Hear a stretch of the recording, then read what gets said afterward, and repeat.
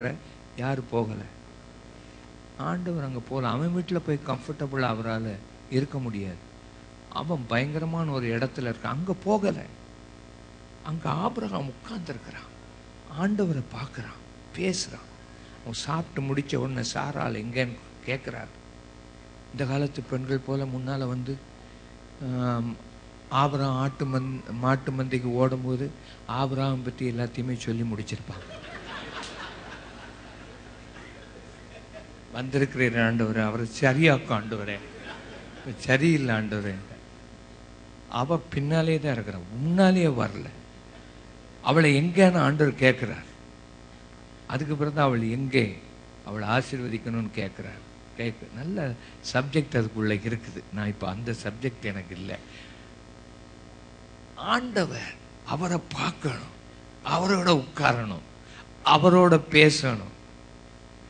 அந்த ஆசை நமக்குள்ள வரணும். கை வைத்து எல்லாரும் கை வைத்து, ஆண்டவரே நீங்கள் எங்கள் வீட்டுக்கு வரணும், நீங்கள் கொஞ்ச நேரம் எங்கள் வீட்டில் உட்கார்ந்துருக்கணும், நாங்கள் ஆண்டவரை சாப்பிடும் போது நீர் இருக்கணும், நாங்கள் உங்களோட பேசணும், நீர் எங்களை ஆசீர்வதிக்கணும். ஆமேன். அதுதான் ஆண்டவர் அங்க அழகா வந்து உட்கார்ந்து பேசினா அடுத்தது ஆசீர்வாதம் தானா வரும். எத்தனை பேர் அதை விசுவாசிகள்? ஆமேன்.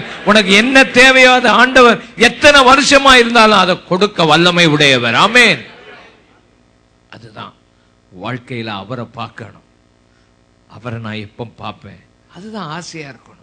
இந்த உலகத்துல வேற ஆசை இல்லை. உலக மக்கள் எல்லாம் எதுலயோ ஆசையா இருக்கிறான். நம்மளும் அதை போல போகாதபடி என் ஆசையெல்லாம் நீர்தான் ஐயா, ஹல்லேலூயா, என் ஆசையெல்லாம் நீர்தான் ஐயா. அந்த அருமையான பாட்டு பாடுவீங்களா நீங்க? ஆசையெல்லாம் நீர்தானே, யாராவது பாடுவீங்களா ஐயா? எனக்கு திடீர்னு இப்படி பாட்டு வந்துடும். நீர்தானையா தேவையெல்லாம் நீர்தானையா. கை வைத்து எல்லாரும் பாடுவோம். ஆசையெல்லாம் நீர்தானையா தேவையெல்லாம் நீர்தானையா.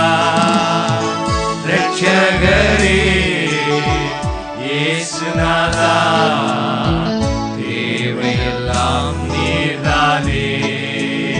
கை வைத்து நல்லா பாடுங்க.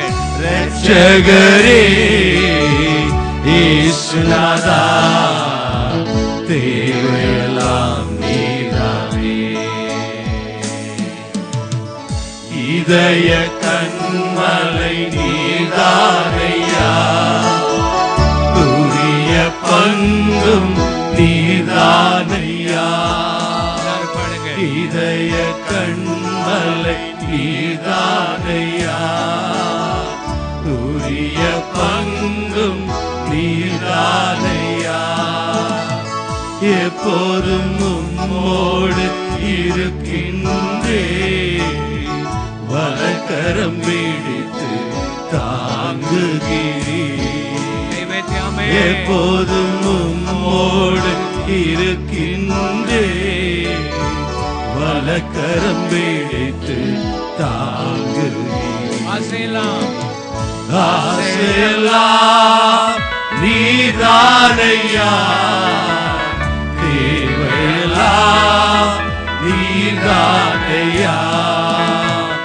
ஆசையெல்லாம் நீர்தானையா தேவையெல்லாம் நீர்தானையா.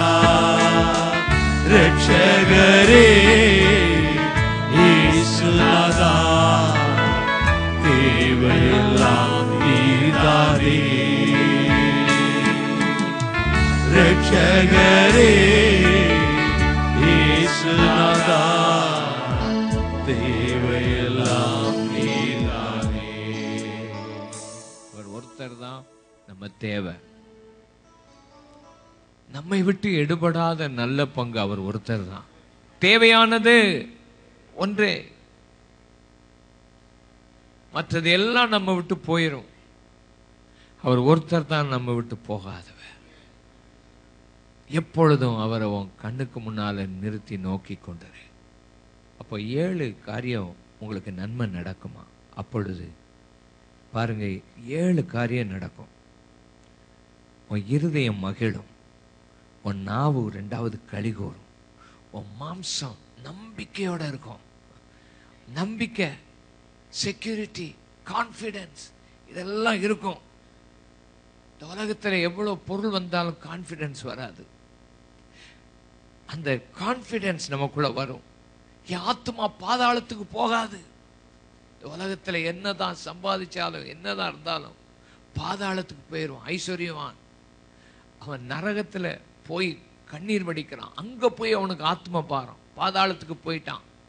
தரித்திரன் அந்த உலகத்தில் வாழ்ந்தாலும் அந்த தரித்திரன் ஆபிரகாம் மடிக்கு போறான், பாதாளத்துக்கு போறான். என் உம்முடைய பரிசுத்த அழிவு காண ஒட்டீர், ஜீவ மார்க்கம் எனக்கு தெரியப்படுத்திட்டீர். உங்க சன்னிதானத்துல என்ன சந்தோஷத்தினால் நிரப்புகிறேன். அல்லேலூயா. நம்ம கிறிஸ்தவர்களாகிய நம்ம இந்த ஆண்டவரை அனுபவிக்கிற விஷயத்துல நம்ம எவ்வளவு பின்தங்கி போயிருக்கிறோம். இந்த உலகத்துல எவ்வளவு பின்தங்கி போயிருக்கோம். ஏன்னா நம்ம மனசெல்லாம் வாரம் முழுசும் எதுக்குள்ள இருக்குதுன்னா, என்னத்தை சம்பாதிப்பேன், எப்போ வேலைக்கு போவேன், எப்போ என் பிரச்சனையெல்லாம் தீரும், இதில் தான் இருக்கே தவிர அவர் மேலே நம்ம ஆசை, நம்முடைய எண்ணம், நம்ம சந்தோஷமே அவராக தான் இருக்கணும். நாள் செல்ல செல்ல இவைகள் எல்லாம் சபைகளை விட்டு போயிட்டே இருக்குது. இந்த உலகம் உனக்கு அழகை கொடுக்கும். பியூட்டி பார்லர்லாம் இருக்குது. உன்னை தலைகளாக மாற்றிடுவான். பியூட்டி பார்லர் போனேன், அக்குபஞ்சர் ட்ரீட்மெண்ட்லாம் கொடுத்து. சில நேரம் சில ஆட்கள் கல்யாணத்துக்கு வருவாங்க, இது நம்ம சபையில் உள்ள பொண்ணு தானா வேறு யாருமா?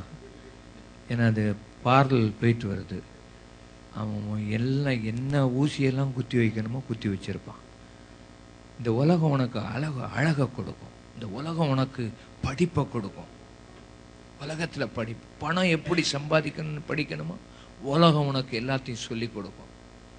இந்த உலகத்தில் என்ன வேணுமானாலும் பெற்றுக்கொள்ளலாம். ஆனால் சபை என்னத்தை கொடுக்கணும்னா மெய் தெய்வத்தை கொடுக்கணும். இங்கே வர்ற மக்கள் தெய்வத்தை பார்க்கணும். உங்களுக்குள்ள தெய்வம் இருக்கணும். அல்லேலூயா. நீங்கள் எவ்வளவு தெய்வத்தால் நிரப்பப்பட்டிருக்கிறீங்களோ அவ்வளவு ஆசீர்வதிக்கப்பட்டவங்க நீங்கள். மற்றவங்களுக்கு அவ்வளோ ஆசீர்வாதமாக இருப்பீங்க. இந்த தேசத்துக்கு எதுக்கு உங்களை கொண்டு வந்திருக்கிறார்? சம்பாதிக்கவும் பணம் பெருகவும் இதுமாகும் அது இல்லை. உங்களுக்குள்ள தெய்வம் இருக்கிறார்.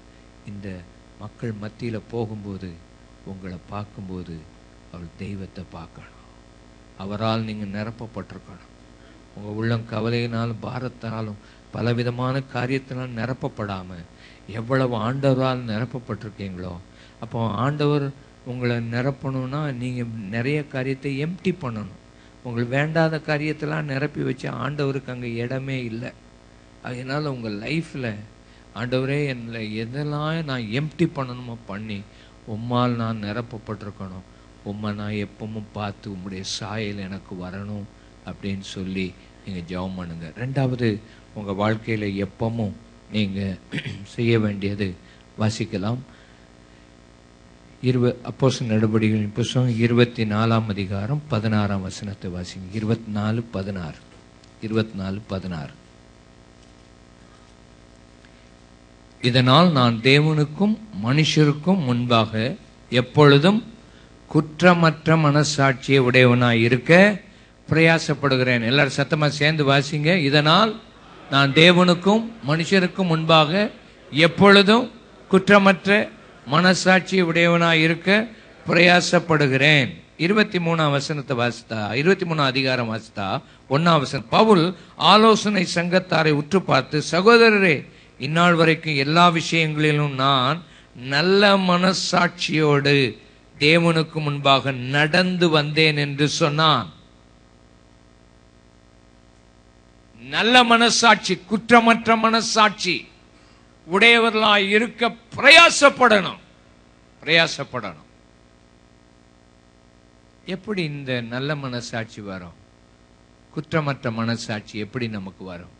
பைபிள் அழகா சொல்லியிருக்கு. சிலர் இந்த நல்ல மனசாட்சியை தள்ளிவிட்டு விசுவாசமாகிய கப்பலை சேதப்படுத்திட்டாங்க. இந்த மனசாட்சின்னு ஒன்று ஆண்டவர் வச்சிருக்கார். நீங்கள் இதை படிச்சுக்கிடுங்க. அதாவது மனுஷனுக்கு